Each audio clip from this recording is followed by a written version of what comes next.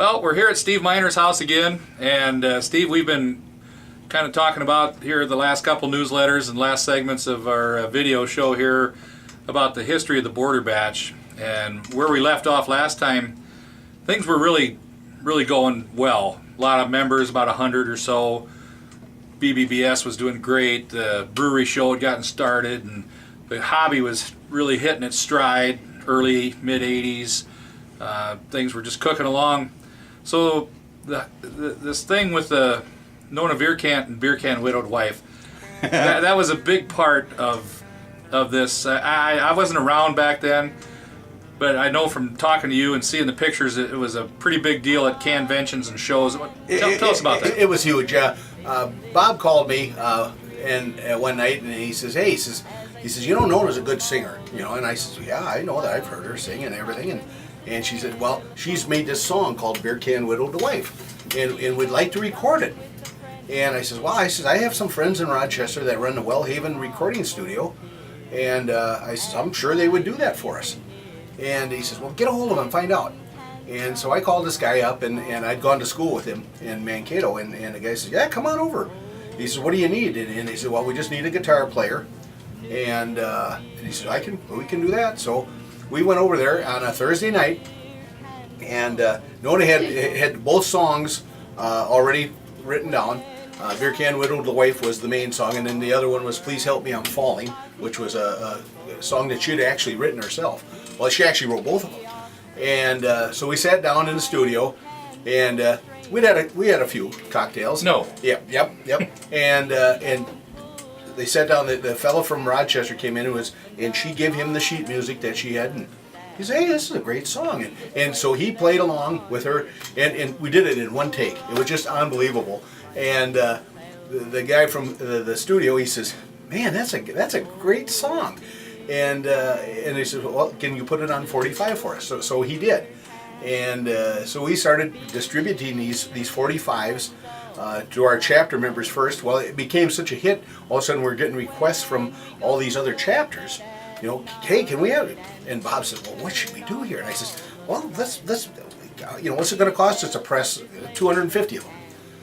And he said, "Well, $3 a piece." I said, "Let's just do it." And so we did, and we're sending these records to all these chapters, whatever, and everybody's going crazy. So we started going to the beer can conventions, of course, and they always had the band there, and of course they always requested Nona to get up and sing that song, and the crowd just loved it, of course. And I swear that everybody in the BCCA had a copy of that record. I think we did at least 3 pressings of it, 250 a piece, and so. Yeah, it was phenomenal. I mean, it was just on this little label and on 45s and everybody. We actually had a thing on our newsletter that you could order these records, and it was great. And then of course every year at BBBS you'd get up with the band and sing the song, and everybody knew the words by then by heart. And so it was a sing-along after. After a while. Absolutely, yeah. And actually, the flip side of the record is very good. Also, Nona had a great voice, and Bob was, like I've said before, Bob was a promoter. I mean, he could promote anything, and he promoted. And like I say, I don't know how many of those 45s we sold, but I know we had at least 3 pressings of 250 records at a time, and I know we sold them all. Yeah, and in fact we were, as I said before, we were one of the first chapters that sold actual chapter merchandise at conventions, and the record was one of those things, and we couldn't keep them on the table. I mean, it was just crazy. And of course, back then, 45s were still right. A fairly popular thing. Nowadays, look at this, a big CD. What is this thing? How do you play? Of course, we'd have to do it in a DVD format now, but it was fun. It was on a Thursday night, and we all had to work the next day, and I say she did it in one take. She was truly a professional. I mean, she had it down, and the guitar player had it perfect. And I say the guy in the studio, he says, "Man, that's a great song." And he says, "You did a good job." And so we sat down there and drank beer with those guys from the recording studio, for until 1 o'clock in the morning, and then drove home and went to work the next day. But yeah, it was a fun time. It's kind of funny because I had it on my phone for a while. I digitized it, or you did for me, Yeah, actually. yeah. Mm-hmm. And the kids got to where they would sing along. My kids would sing, my girls, they'd be singing along, play the beer can song, Dad, and stuff like that.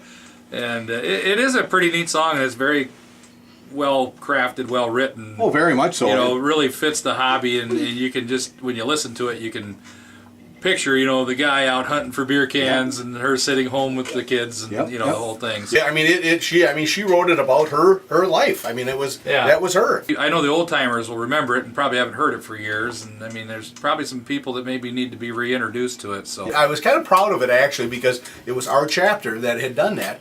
And no other chapter, as far as I know, has done anything like that since. I don't think so. And so, and like I say, we were one of the first chapters that started selling items at conventions and stuff. And that record, like I say, was one of the things. And yeah, like I say, we couldn't keep them on the table. It was crazy. Now we're getting up to about the mid '80s, and as I look back, before I took over, but I look back at the old newsletters. Suddenly, Jay Smith was the president until I took over. Yep. What really happened there? I mean, you maybe kind of got a little disengaged from after. And well, Bob was the first one to really kind of get disengaged, as you say. He was a contractor by trade and lived in Glenville, Minnesota, and he didn't. There wasn't enough work for him, and so he started exploring different avenues of employment. And one of the computer programming and this and that, and he got offered a job out in Massachusetts and everything. I said, "Oh, you can't leave, because I mean, this guy was just, I mean, he was the backbone of this chapter, and but he says, he didn't have enough work to do, and so because of that, he kind of got a little bit, like I say, he kind of strayed away a little bit, and it eventually did move. They moved down to Okoboji, and he went to work for Berkeley.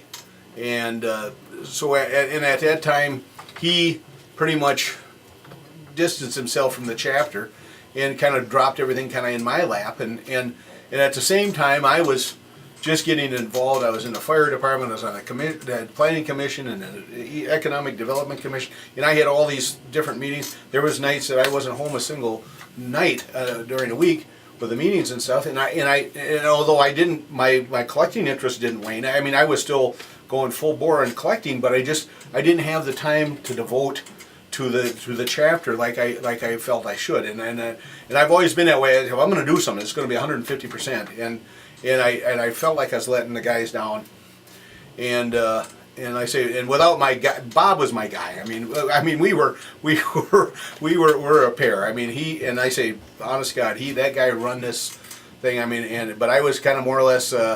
I followed in his coattails, and like I say, and God, we did some great stuff. And like I say, Jay did the same thing. Jay was just kind of took over as the stopgap type thing, and he wasn't prepared or didn't have the time either.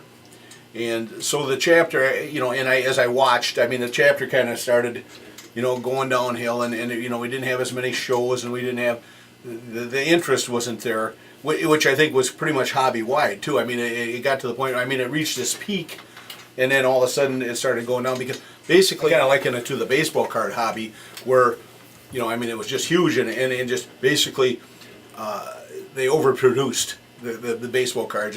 And Schell's actually was one of the main people that, but it got to the point where they started having these limited edition and everything, and it kind of, it almost flooded the market, and so like I say, kind of the older group kind of drifted away a little bit, and the younger group, it got to the point where these cans were getting too expensive, that the younger people couldn't afford them, and it wasn't a trade thing anymore. So yeah, the hobby did take a little downturn at that point. Sure. And it was really kind of funny, because then, like I say, you stepped in and took over kind of a little bit after Jay stepped down.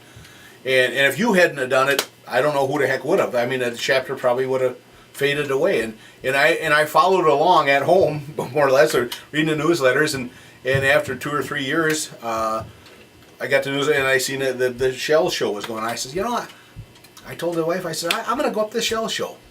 Why? And I said, I haven't been up there for 4 or 5 years. And I says, I'm just going to go up there and see who's left. And so I walked in there, and I think at the time, Frank Kraft had brought in all the old newsletters. Yep. And given them to you guys.